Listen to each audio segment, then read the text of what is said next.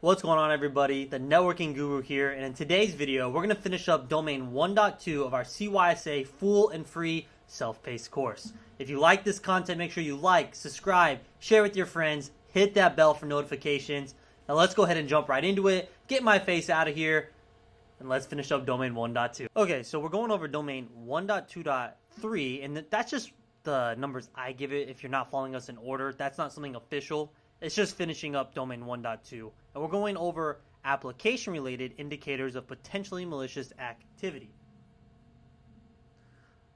So we're finishing up these objectives, and these are the actual exam objectives here. I don't try to do anything fancy. I just go by the actual exam objectives, and we're going to be going over application-related malicious activity, or indicators of it, and then these other indicators here. So the first thing we're going to talk about is anomalous activity.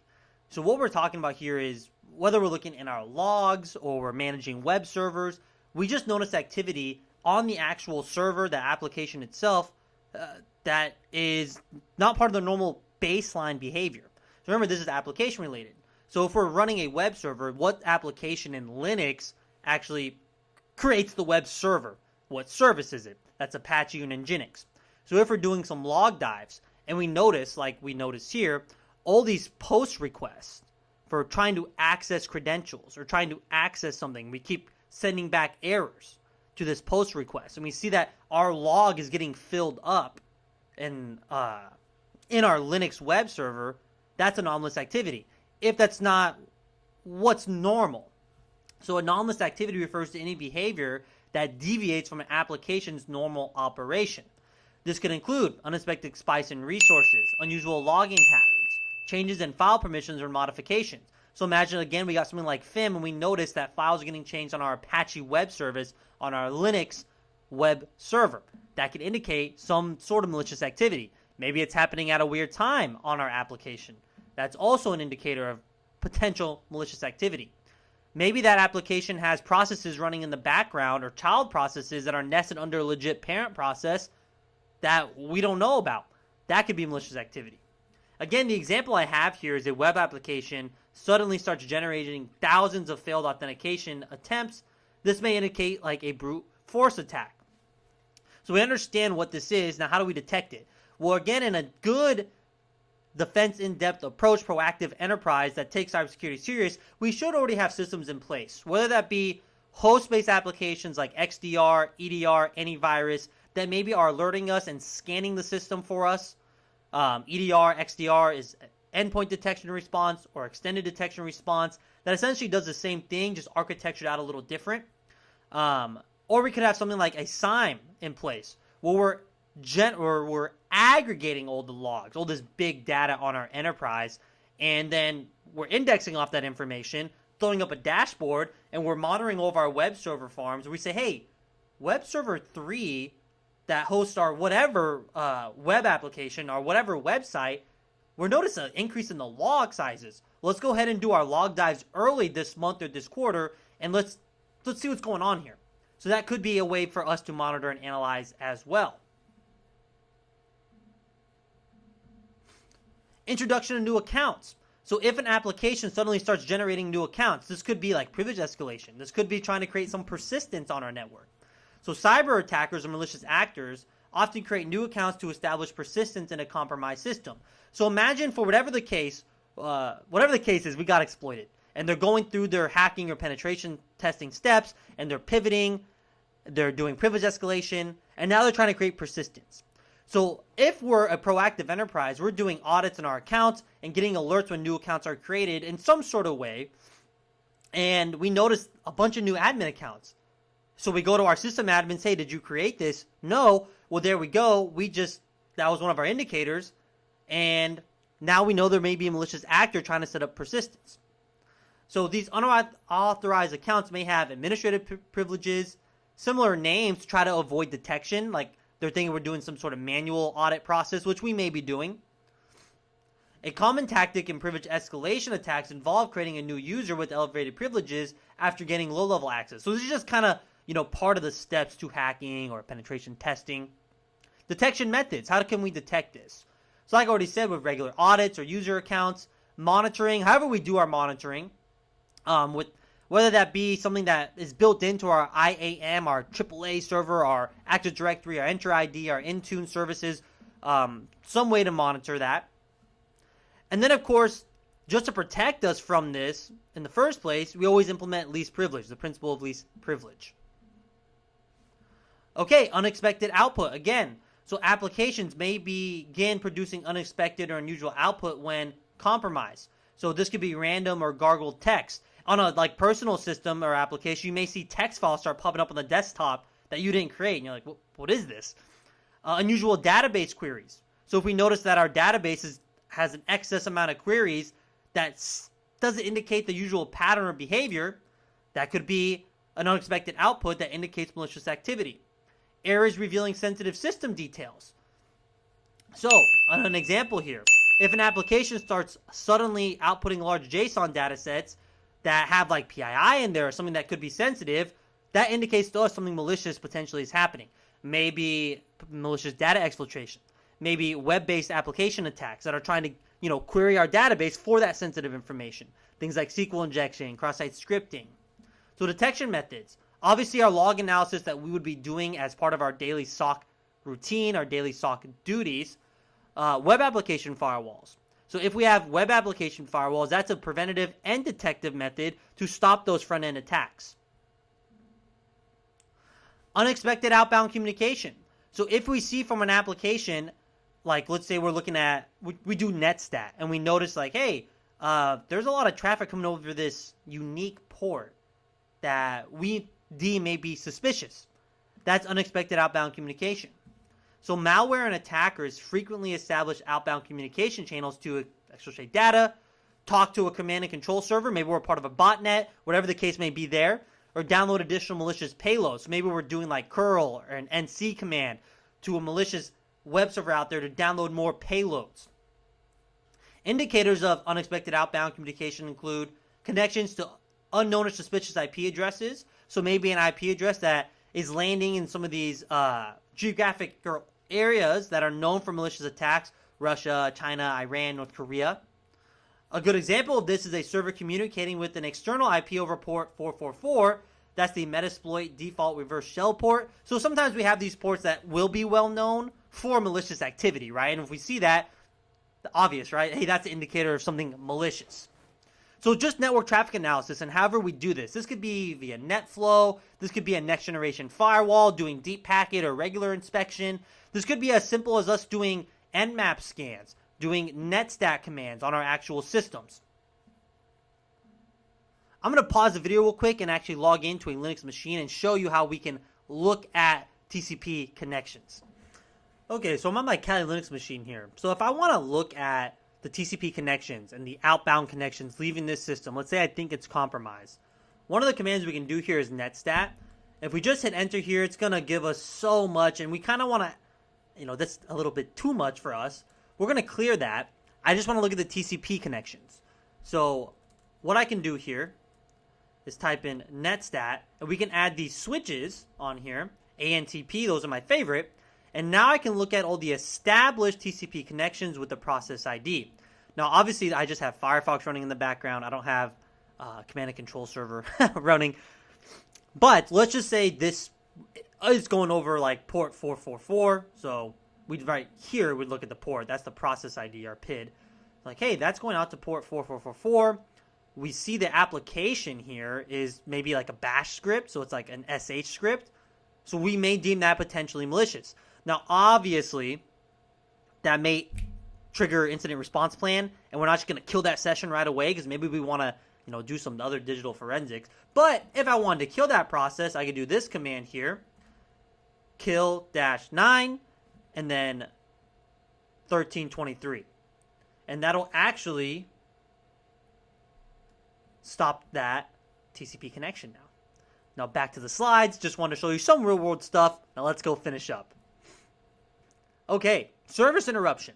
So a possible indicator that we're getting a SYN flood attack or a DDoS attack is that our services are getting interrupted. And we're getting calls from users, we're getting emails, we're getting spam saying, hey, I can't access this resource, or maybe someone's attacking our employee portal, right? And they can't do their time cards, whatever the case may be.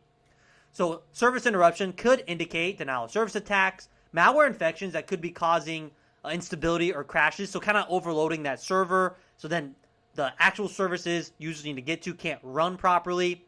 So if a company's customer-facing application suddenly crashes and logs show repeated unauthorized access attempts, it could be an active exploitation attempt. It could be an API attack, an API flooding attack, a SYN flood attack.